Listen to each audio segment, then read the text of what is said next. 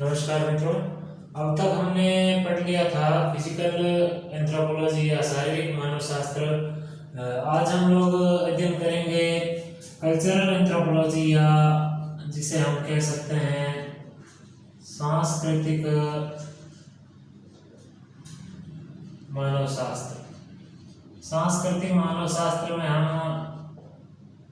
बिंदुवार अध्ययन करेंगे या टॉपिक के रूप में अध्ययन करेंगे। तो पहला टॉपिक है प्री हिस्टोरिक या pre historic archaeology. Pre historic archaeology में हम क्या अध्ययन करेंगे? Knowledge about extinct people and culture. इसका अर्थ हो गया कि पहले जो व्यक्ति या मनुष्य है एवं कल्चर यानी जो संस्कृति है जो क्या हो चुकी है, नष्ट हो चुकी है, उसके बारे में हम अध्ययन करेंगे। यूज ऑफ टूल्स यानी विभिन्न प्रकार के उपकरण या वेपन्स का नेचर के रूप में या प्रकृति के रूप में उसका उपयोग। फिर helpful in getting sequence of culture, यह उपयोगी है किसमें कि कल्चर के सीक्वेंस यानी पहले सबसे पहले प्राचीन काल में, चाहे प्राचीन काल की हिस्ट्री देखें या इतिहास देखें, प्राचीन इतिहास, उसके बाद में मध्यकालीन इतिहास देखें, उसके बाद में आधुनिक इतिहास देखें। इसी प्रकार विभिन्न इतिहास के कालक्रमों में संस्कृति का किस प्रकार से विकास हुआ या संस्कृति किस प्रकार से वहां पर डेवलप हो रही थी। उसके बाद हम देखेंगे पैलियोंटोलॉजी। पैलियोंटोलॉजी में हम लोग अध्ययन करेंगे study of extinct fossilised forms. इसका अर्थ हुआ कि फॉसिल के रूप में जो भी विभिन्न प्रकार के जीवाश्म उपलब्ध हुए हैं उनके बारे में हम अध्ययन करेंगे और उससे हम पता करेंगे कि उस समय किस प्रकार की संस्कृति रही होगी। Shows evolution in regard to fossil, यानी यह प्रदर्शित करेगा कि इवोल्यूशन या उद्विकास है, यानी हम एक तरह से कह सकते हैं कि फॉसिल्स या जीवाश्म है उनकी कंपैरेटिव स्टडी करेंगे और जिससे पता चलेगा कि उद्विकास है वो वास्तव में किस कालक्रम में और कितना विकास को प्राप्त हुआ है। इसी प्रकार shows the material culture. Material culture का अर्थ हो गया एक प्रकार से संस्कृति है या सांस्कृतिक जो बात कर रहे हैं हम, इसमें मानव के बारे में संस्कृति का मोटा मोटी रूप क्या है, संस्कृति किस प्रकार से डेवलप हुई, इस प्रकार से इसे कह सकते हैं मटेरियल कल्चर। फिर एथनोलॉजी।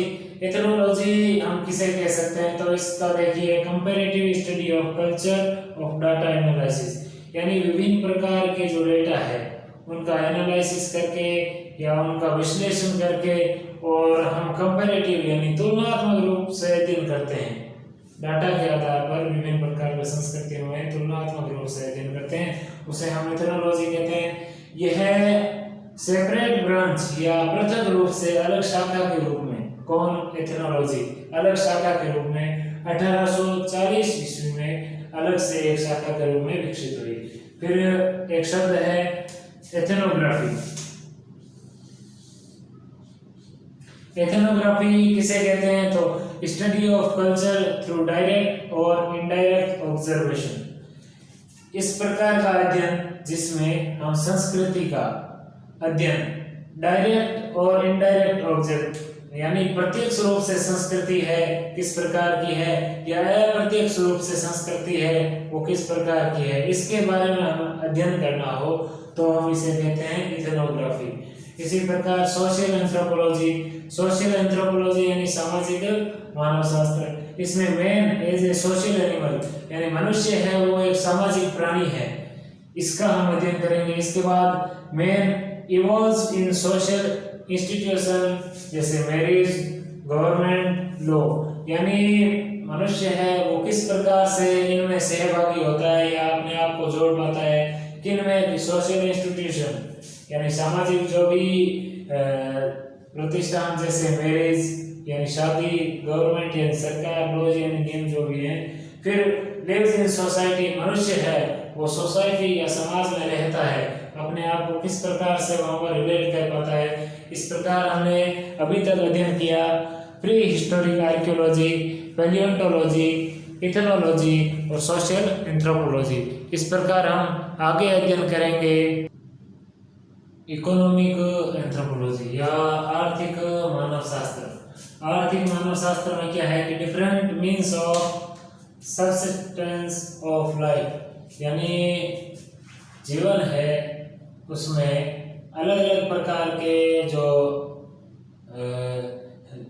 सब्सिस्टेंस यानी वे ऑफ लाइफ या जीवन जीने का तरीका, और इसी प्रकार आगे हम देखेंगे तो production, distribution and consumption of material objects, यानी आर्थिक व्यवस्था के रूप में कोई भी चीज है उसका प्रोडक्शन यानी उसका उत्पादन करना, उसका विनिर्माण करना और उसका डिस्ट्रीब्यूशन यानी सभी में वितरण करना, कुल मिला के इकोनॉमिक एंथ्रोपोलॉजी के अंतर्गत आते हैं।